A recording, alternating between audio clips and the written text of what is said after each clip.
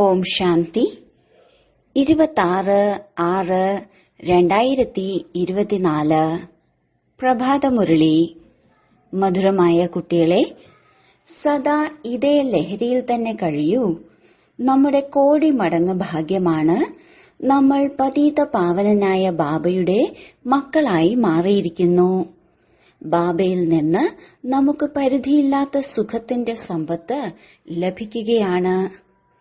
ചോദ്യം: നിങ്ങൾ കുട്ടികൾക്ക് ഒരു ധർമ്മത്തോടും വെറുപ്പോ ദേഷ്യമോ ഉണ്ടാവുക സാധ്യമല്ല. എന്തുകൊണ്ട്? ഉത്തരം: എന്തുകൊണ്ടെന്നാൽ നിങ്ങൾക്ക് ബീജത്തെയും വൃക്ഷത്തെയും അറിയാം. നിങ്ങൾക്കറിയാം, ഇത് മനുഷ്യ സൃഷ്ടിയുടെ പരിധിയില്ലാത്ത വൃക്ഷമാണ്. ഇതിൽ ഓരോരുത്തർക്കും അവരവരുടെ പാർട്ടുണ്ട്.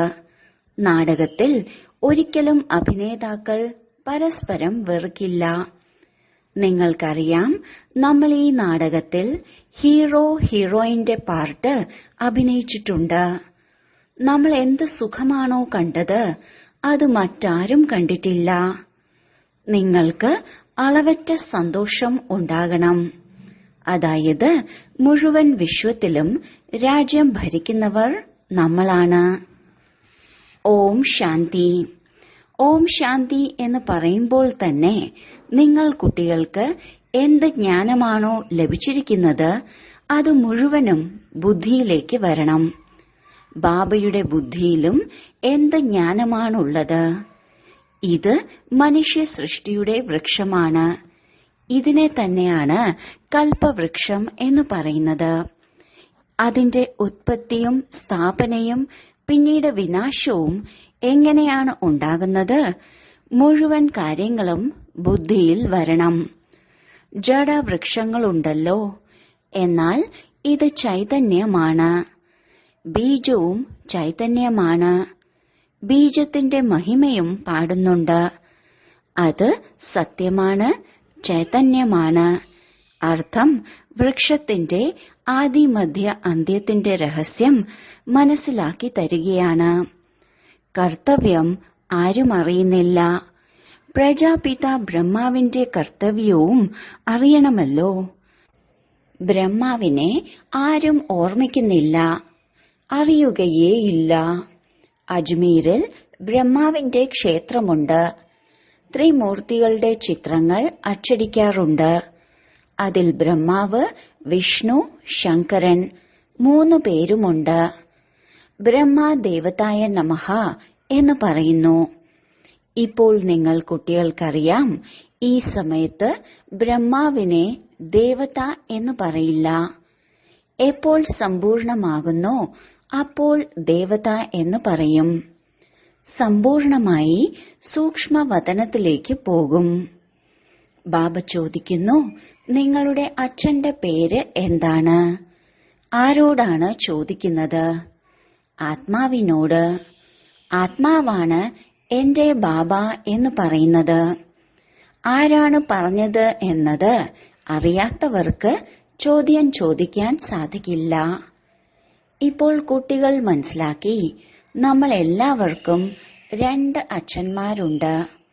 ജ്ഞാനം നൽകുന്നത് ഒരേ ഒരു അച്ഛനാണ്.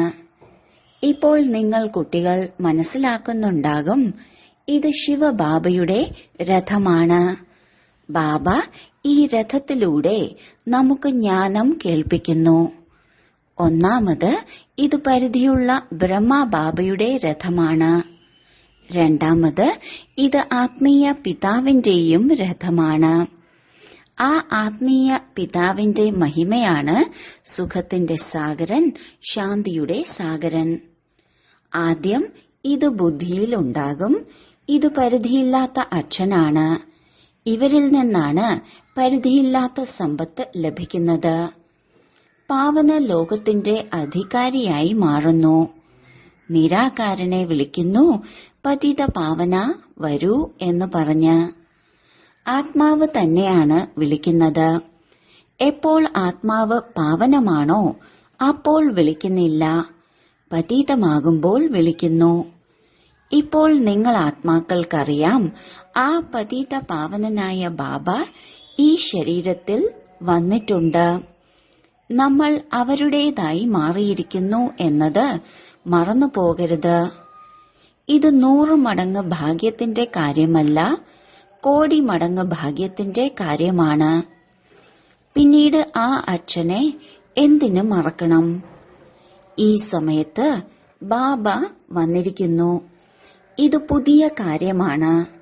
ശിവജയന്തിയും എല്ലാ വർഷവും ആഘോഷിക്കുന്നുണ്ട്. എങ്കിൽ തീർച്ചയായും അവർ ഒരു തവണയായിരിക്കും വരുന്നത്.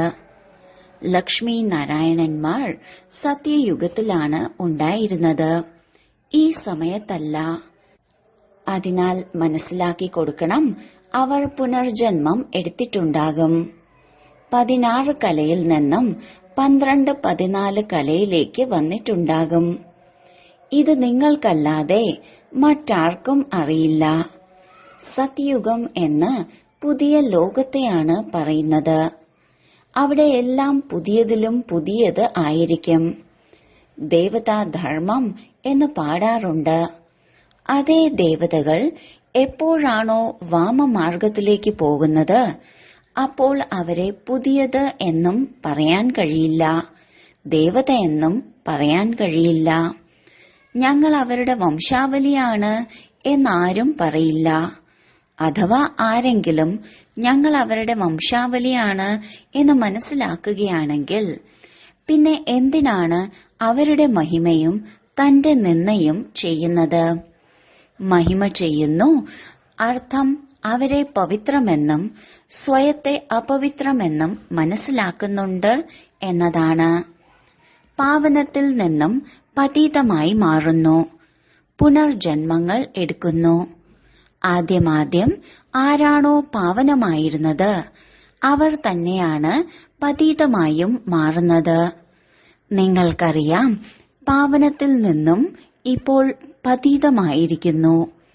നിങ്ങൾ സ്കൂളിൽ പഠിക്കുകയാണ്. അതിൽ നമ്പർ വൈസായി ഫസ്റ്റ്, സെക്കൻഡ് എന്നിങ്ങനെ ക്ലാസുകൾ ഉണ്ടാകും. ഇപ്പോൾ കുട്ടികൾ മനസ്സിലാക്കുന്നുണ്ട്, നമ്മളെ ബാബയാണ് പഠിപ്പിക്കുന്നത്, അതുകൊണ്ടല്ലേ വരുന്നത്. ഇല്ലെങ്കിൽ പിന്നെ ഇവിടെ വരേണ്ട ആവശ്യം എന്താണ്?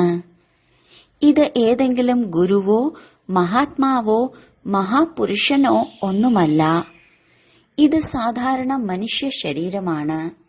അതും വളരെ പഴയത്. വളരെയധികം ജന്മങ്ങളുടെ അന്തിമ ജന്മത്തിലാണ് പ്രവേശിക്കുന്നത്.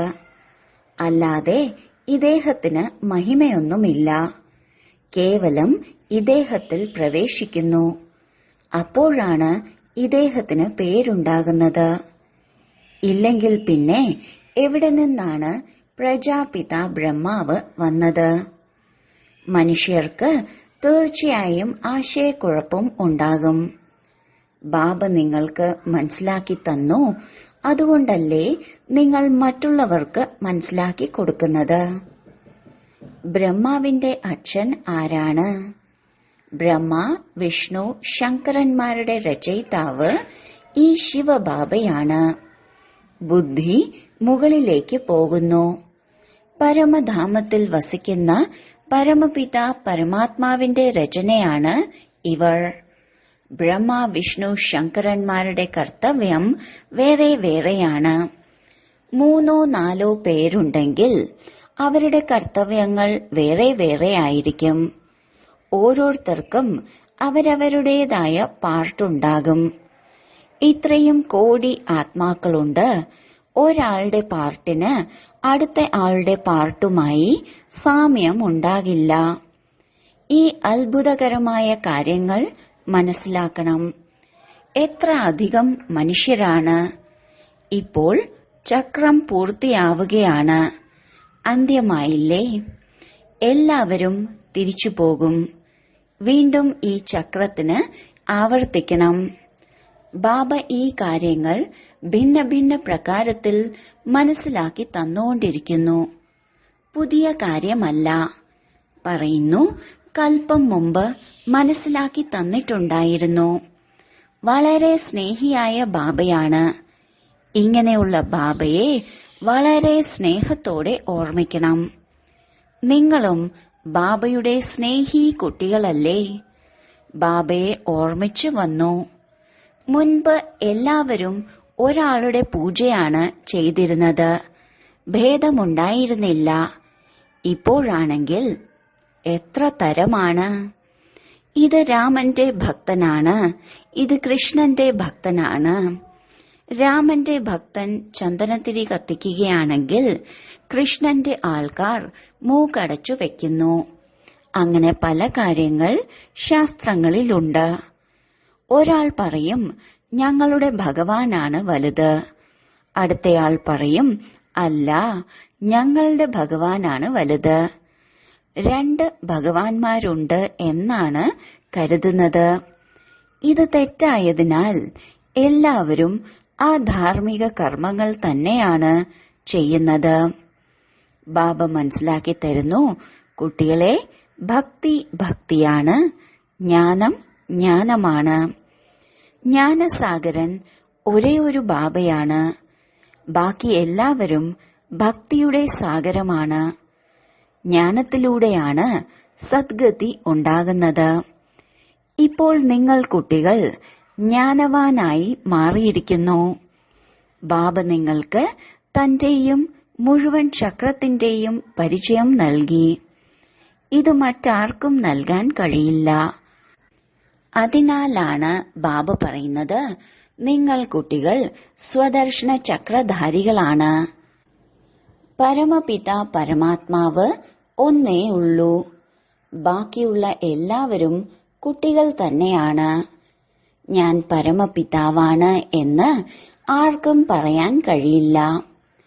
ആരാണോ വിവേകശാലികളായ നല്ല മനുഷ്യർ, അവർ കരുതും ഇത് എത്ര വലിയ ഡ്രാമയാണ്. അതിലെല്ലാ അഭിനേതാക്കളും അവിനാശിയായ പാർട്ട് അഭിനയിക്കുന്നു. ആ ചെറിയ നാടകം വിനാശിയാണ്. ഇത് അനാദിയും അവിനാശിയുമാണ്. ഒരിക്കലും നിന്നു പോകില്ല. ഇത്രയും ചെറിയ ആത്മാവിന് ഇത്രയും വലിയ പാർട്ട് ലഭിച്ചിരിക്കുന്നു. ശരീരം എടുക്കണം, ഉപേക്ഷിക്കണം, പിന്നെയും പാർട്ട് അഭിനയിക്കണം. ഈ കാര്യങ്ങൾ ഒരു ശാസ്ത്രത്തിലുമില്ല. അഥവാ ഏതെങ്കിലും ഗുരു ഇത് കേൾപ്പിച്ചിരുന്നുവെങ്കിൽ അവർക്ക് വേറെയും ശിഷ്യന്മാർ ഉണ്ടാകുമായിരുന്നില്ലേ? കേവലം ഒരു ശിഷ്യനെ കൊണ്ട് എന്തു ചെയ്യാനാണ്? ശിഷ്യന്മാർ എന്ന് പറയുന്നത് പൂർണമായും ഫോളോ ചെയ്യുന്നവരെയാണ്. ഇവരുടെ ഡ്രസ്സ് ഒന്നും അങ്ങനെയല്ല. ശിഷ്യനാണെന്ന് ആരു പറയും? ഇവിടെ ബാബ ഇരുന്ന് പഠിപ്പിക്കുകയാണ്.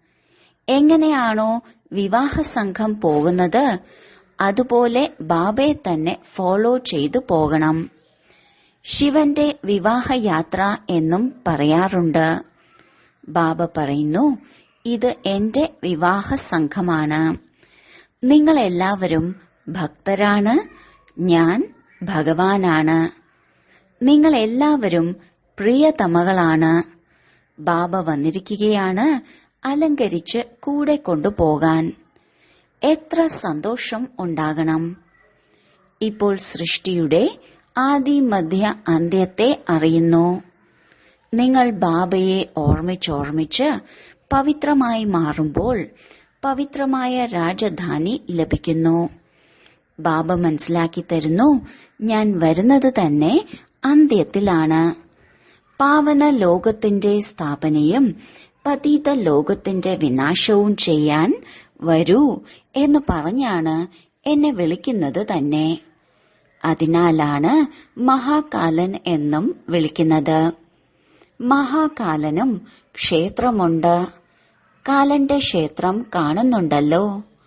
ശിവനെ കാലനെന്ന് പറയുമല്ലോ. വന്ന് പാവനമാക്കൂ എന്ന് പറഞ്ഞു വിളിക്കുന്നു.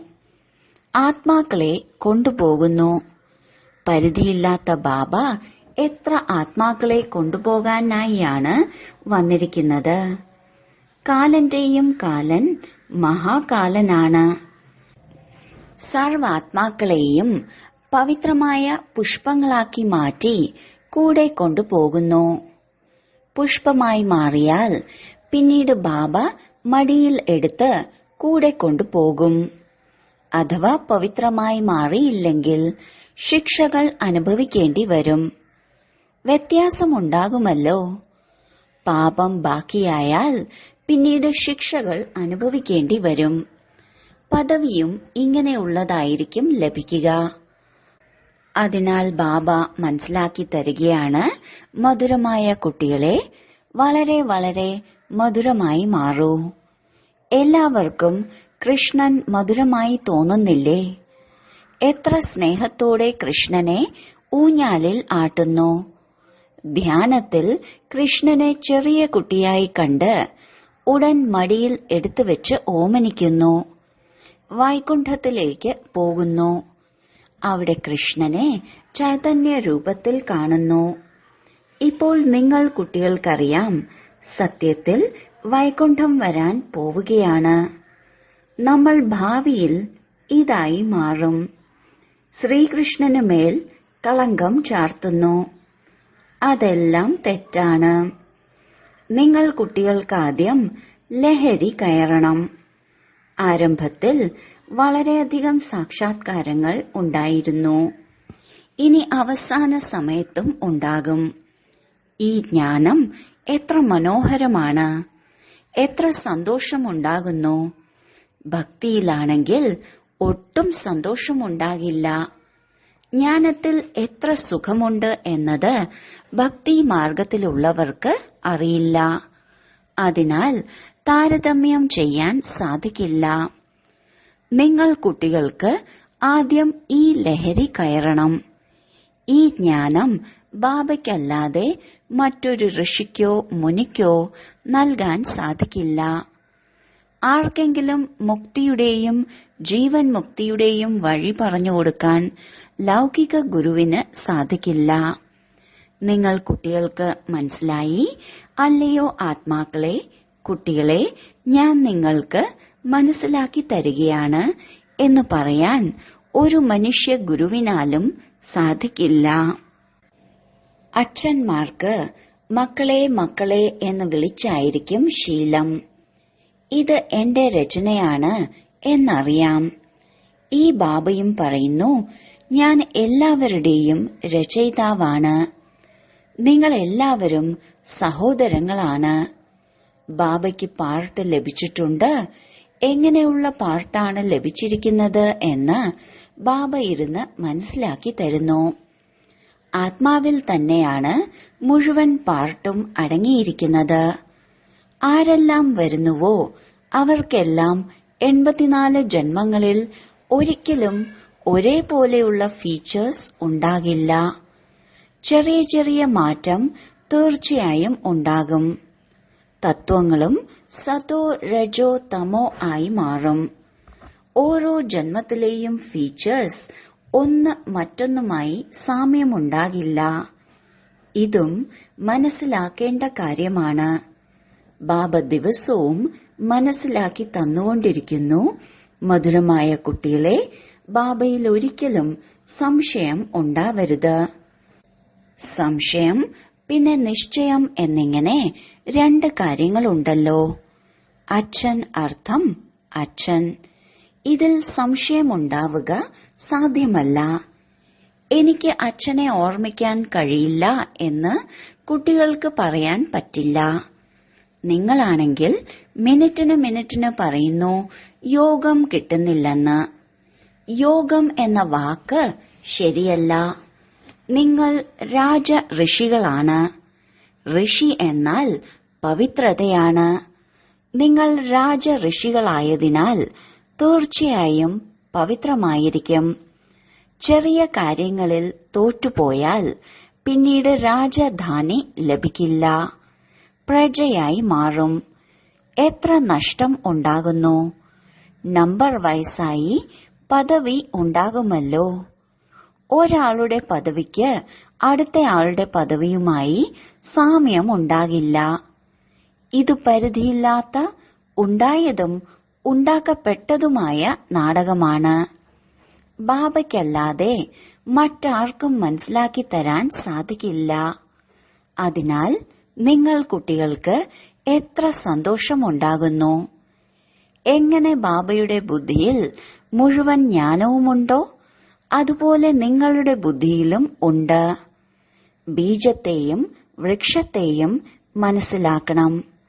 മനുഷ്യ സൃഷ്ടിയുടെ വൃക്ഷമാണിത്. ആൽ വൃക്ഷത്തിന്റെ ഉദാഹരണം ഇതിന് തികച്ചും ശരിയാണ്. ബുദ്ധിയും പറയുന്നുണ്ട്, നമ്മുടെ ആദി സനാതന ദേവീദേവതാ ധർമ്മത്തിന്റെ തായ്തടി ഇപ്പോൾ ലോപിച്ചു പോയിരിക്കുന്നു. ബാക്കിയുള്ള എല്ലാ ധർമ്മങ്ങളുടെയും കൊമ്പും ചില്ലകളും നിൽപ്പുണ്ട്. ഡ്രാമ അനുസരിച്ച് ഇതെല്ലാം നടക്കേണ്ടത് തന്നെയാണ്. അതിനാൽ ഇതിനോട് വെറുപ്പ് ഉണ്ടാകുന്നില്ല. നാടകത്തിലെ അഭിനേതാക്കൾക്ക് എപ്പോഴെങ്കിലും ദേഷ്യം വരുമോ? ബാബ പറയുന്നു, നിങ്ങൾ പതീതമായിരിക്കുന്നു, ഇനി പാവനമായി മാറണം. നിങ്ങൾ എത്ര സുഖം കണ്ടോ അത്രയും സുഖം മറ്റാരും കാണുന്നില്ല. നിങ്ങൾ നായിക നായകന്മാരാണ്, വിശ്വത്തിൽ രാജ്യം നേടുന്നവരാണ്. അതിനാൽ അളവില്ലാത്ത സന്തോഷം ഉണ്ടാകണ്ടേ? ഭഗവാൻ പഠിപ്പിക്കുകയാണ്. എത്ര റെഗുലറായി പഠിക്കണം, എത്ര സന്തോഷം ഉണ്ടാകണം. പരിധിയില്ലാത്ത ബാബ നമ്മെ പഠിപ്പിക്കുകയാണ്. രാജയോഗവും ബാബയാണ് പഠിപ്പിക്കുന്നത്. ഒരു ശരീരധാരിക്കും പഠിപ്പിക്കാൻ കഴിയില്ല. ബാബ ആത്മാക്കളെയാണ് പഠിപ്പിക്കുന്നത്. ആത്മാവ് തന്നെയാണ് ധാരണ ചെയ്യുന്നത്. ബാബ പാർട്ട് അഭിനയിക്കാൻ ഒരു തവണ മാത്രമാണ് വരുന്നത്. ആത്മാവ് തന്നെയാണ് പാർട്ട് അഭിനയിച്ച് ഒരു ശരീരം ഉപേക്ഷിച്ച് അടുത്തത് എടുക്കുന്നത്. ആത്മാക്കളെ ബാബ പഠിപ്പിക്കുകയാണ്. ദേവതകളെ പഠിപ്പിക്കില്ല. അവിടെ ദേവതകൾ തന്നെ ആയിരിക്കും പഠിപ്പിക്കുന്നത്. സംഗമയുഗത്തിൽ പുരുഷോത്തമനായി മാറുന്നതിനായി ബാബ തന്നെയാണ് പഠിപ്പിക്കുന്നത്. നിങ്ങളാണ് പഠിക്കുന്നത്. ഈ സംഗമയുഗം ഒന്നേ ഉള്ളൂ. അതിലാണ് നിങ്ങൾ പുരുഷോത്തമനായി മാറുന്നത്. സത്യമാക്കി മാറ്റുന്ന, സത്യയുഗത്തിന്റെ സ്ഥാപന ചെയ്യുന്ന സത്യമായ ബാബ ഒന്നേ ഉള്ളൂ. ശരി, വളരെ കാലത്തെ വേർപാടിനു ശേഷം തിരികെ കിട്ടിയ മധുരമധുരമായ ഓമന സന്താനങ്ങൾക്ക് മാതാവും പിതാവുമായ ബാബ്ദാദയുടെ സ്നേഹസ്മരണകളും പുലർക്കാല വന്ദനവും. ആത്മീയ പിതാവിന്റെ ആത്മീയ കുട്ടികൾക്ക് നമസ്തേ. ധാരണയ്ക്കുള്ള മുഖ്യസാരം: 1. സംഗമയുഗത്തിൽ നേരിട്ട് ഭഗവാനിൽ നിന്ന് പഠിച്ചു പഠിച്ച് ജ്ഞാനവാനായ ആസ്തികരായി മാറ്റണം. ഒരിക്കലും ബാബയിൽ അല്ലെങ്കിൽ പഠിപ്പിൽ സംശയം ഉണ്ടാകരുത്. 2. ബാബയ്ക്ക് സമാനം സ്നേഹിയായി മാറണം. ഭഗവാൻ ഞങ്ങളെ അലങ്കരിക്കുകയാണ് എന്ന സന്തോഷത്തിൽ ഇരിക്കണം.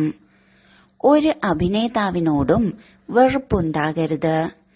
ഓരോരുത്തർക്കും ഈ ഡ്രാമയിൽ കൃത്യമായ പാർട്ടുണ്ട്. വരദാനം: സേവനങ്ങളുടെ പ്രവൃത്തിയിൽ കഴിഞ്ഞും ഇടയ്ക്കിടെ ഏകാന്തവാസിയാകുന്ന അന്തർമുഖിയായി ഭവിക്കട്ടെ. സൈലൻസിന്റെ ശക്തിയുടെ പ്രയോഗം ചെയ്യുന്നതിന് വേണ്ടി അന്തർമുഖിയും ഏകാന്തവാസിയും ആകേണ്ടതിന്റെ ആവശ്യമുണ്ട്. പല കുട്ടികളും പറയുന്നു, അന്തർമുഖി സ്ഥിതിയുടെ അനുഭവം ചെയ്യുന്നതിന്, അതായത് ഏകാന്തവാസി ആകുന്നതിന് സമയം തന്നെ ലഭിക്കുന്നില്ല. എന്തെന്നാൽ സേവനത്തിന്റെ പ്രവൃത്തി, ശബ്ദത്തിന്റെ ശക്തിയുടെ പ്രവൃത്തി ഇപ്പോൾ വർദ്ധിച്ചിരിക്കുന്നു.